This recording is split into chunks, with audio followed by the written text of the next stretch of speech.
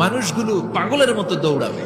কেউ থাকবে টয়লেটে, কেউ হসপিটালে, কেউ মাজারে, কেউ বাজারে, যে যেখানে থাক, শুরু হয়ে যাবে কিয়ামতের এই ভয়াবহ দৃশ্য। দুধের বাচ্চাকে রেখে দিয়ে মা দৌড়ে পালাবে। দুধের বাচ্চা রেখে মা কোথাও যায়? কলিজার টুকরা এটা, দুধের বাচ্চা, এটারে ফেলে মা কোথাও যায় না। কিন্তু কিয়ামতের এই ঝাঁকুনির দৃশ্য দেখে, আল কারিয়া মাল ওমা আদরাকা মাল, এই দৃশ্য দেখে দুধের বাচ্চারে রেখে মা দিবে দৌড়।